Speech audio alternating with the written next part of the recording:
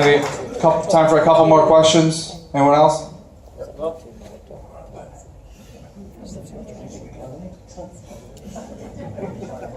What was it that really helped you in your decision to pick Ryan Wilson as captain?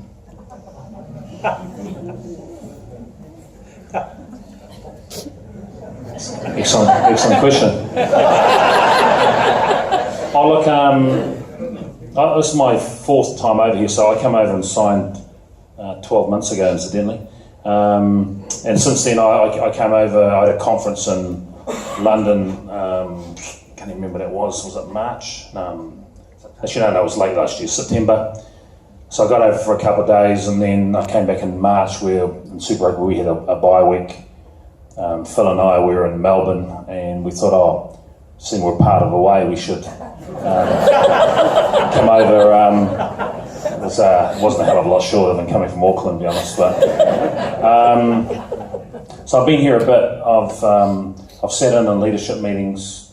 I've spoken to a lot of players. So Ryan impressed me from the start. What I love about him, but this is a group decision. So from a coaching point of view, we had a big discussion around this, and we were unanimous. But he really cares about people, and I remember when Nico was here, there was a story around how his first Christmas, Fijian in the cold, Ryan asked him what are you doing. He didn't really have any plans, so he took him back to his family and that sort of thing for Christmas. And there's some hilarious stories that I won't share with you around Nico. Thinking that being drunk for 7 days was really important around that time. But what it highlighted was that Ryan really cares about people, and what I like about him is he'll also poke guys in the chest when it's required. So I reckon it's a really good blend. You got a man who can relate to people of all ages. He's a bit of a larrikin. He loves a laugh, but when he crosses the chalk, he's a different creature. And so anyone who can put an arm around a guy, but maybe give him a jab and a ribs at the same time, has a really good blend from a leadership point of view. And we'll put a lot of acid on other people. We've formed a leadership group. We've got a hell of a lot of really good leaders outside of that group as well, and so they'll all share the load. But he was a pretty easy choice, to be honest. He's a bloody good man, and he'll do a good job. Yep.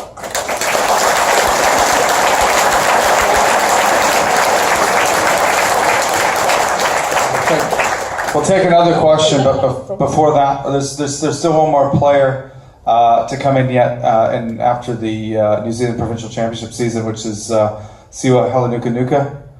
Be looking forward to. Can you tell us a bit about what you saw in Siwa to bring him into the squad?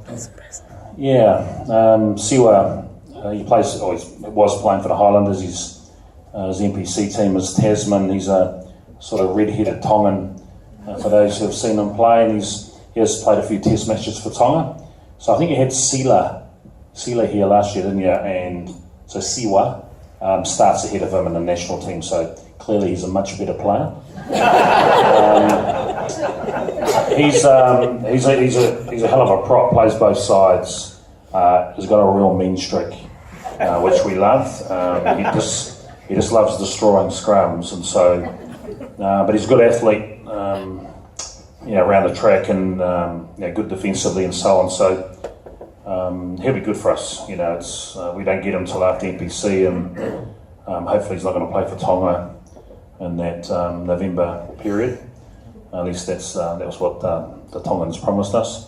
And so so we get him late, but again, it'll be good for the team because it'll give some other guys an opportunity, and then maybe when we lose Xander to the international stuff, we've got someone of his quality coming in. Very good. So maybe got time for maybe one more question. Martin? Hiya. It's maybe more of a general rugby question, Dave. First of all, welcome aboard. Obviously, we've a lot of experience of playing in the Southern. Thank you.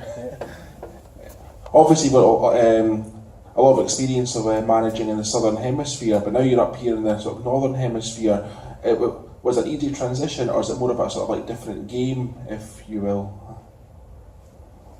That's why I got this Boyle next to me. So, very experienced in the footy up here. One of the things that attracted me, I was attracted to the club for a number of reasons. Greg had come down and spent a week with us in 2012, so I got to know him pretty well. So there's a little connection there. When I was looking for an opportunity overseas, and I've done 6 years at Super Rugby, I did 10 at NPC, and I talked about going overseas for a long time, and I must admit I'd looked at a couple of clubs in England and France, one in Japan, and none of them really impressed me. And then the Glasgow job got murmured, and I must admit I never really imagined myself coaching in Scotland. But when I looked a little bit deeper, it's a real family club, strong values. It was very much aligned with the Chiefs around hardworking good buggers. We're not, the Chiefs weren't the flashiest team in the competition, or other than Damien McKenzie maybe, but we just worked really hard. We've got a lot of good men, and it's the same sort of thing here. And so there's lots of things that impressed me, and it was a really good fit. So what was important is I think to be successful, you've got to surround yourself with good people. So it's selection of players, and it's your management group. And so with Humph and Jason, so Jason I've coached a lot with. I was coaching him when he was a player at Wellington in Hurricanes, and him and I coached together in Manawatu. So I've got a lot of respect for him. I heard a lot of positive stuff about Humph, and now I've sort of been chatting on the phone and all that sort of stuff over the last few months and spending a bit of time. Him and Jason came down to Africa when I was down in Cape Town and spent a week with us there. And so we've done an enormous amount of planning, and I've got a huge amount of respect for this man, and been really impressed with Kenny Murray, who's going to run out of the fence. He's got a lot of experience here, and under Matt Taylor, and Mike Blair, who's a real quality. So you add that to the quality of the trainers. Our IT guys have got a massive work ethic. Our manager Pump, he played one test for Scotland. He should have played 51, he said, but there was an Englishman who played ahead of him. I can't mention his name. It's a sore point for Pump, but anyway, I guess what I'm trying to say, we've got a lot of high quality people. I'm going to learn a lot over here. You're right, the game is a little bit different, but fortunately we're coming to a club that's got a real positive mindset around playing. So our guys are really receptive to the things that we're trying to change a little bit, and hopefully, we're going to add to what's been here and hopefully grow it. And we've certainly got some good cattle, and got a great attitude, and they're prepared to work hard. So we've got massive expectations, but as you said, I've got a lot to learn. We've got to juggle players a lot. We've done a lot of planning around when we're going to try and rest guys, so we've still got a competitive team on the park, and come autumn, a week before and a week after that, you've got to rest all those guys, so we'll lose a number of them for 5 weeks. I knew that coming in, and like I say, it was important to get a good team around me to help me, so we've done that, I reckon.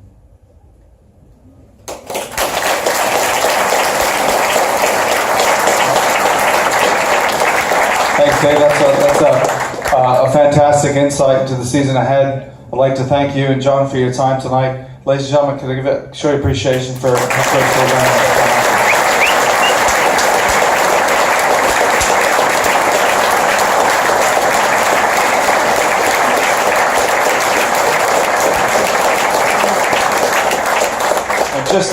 Just a final word to all of you.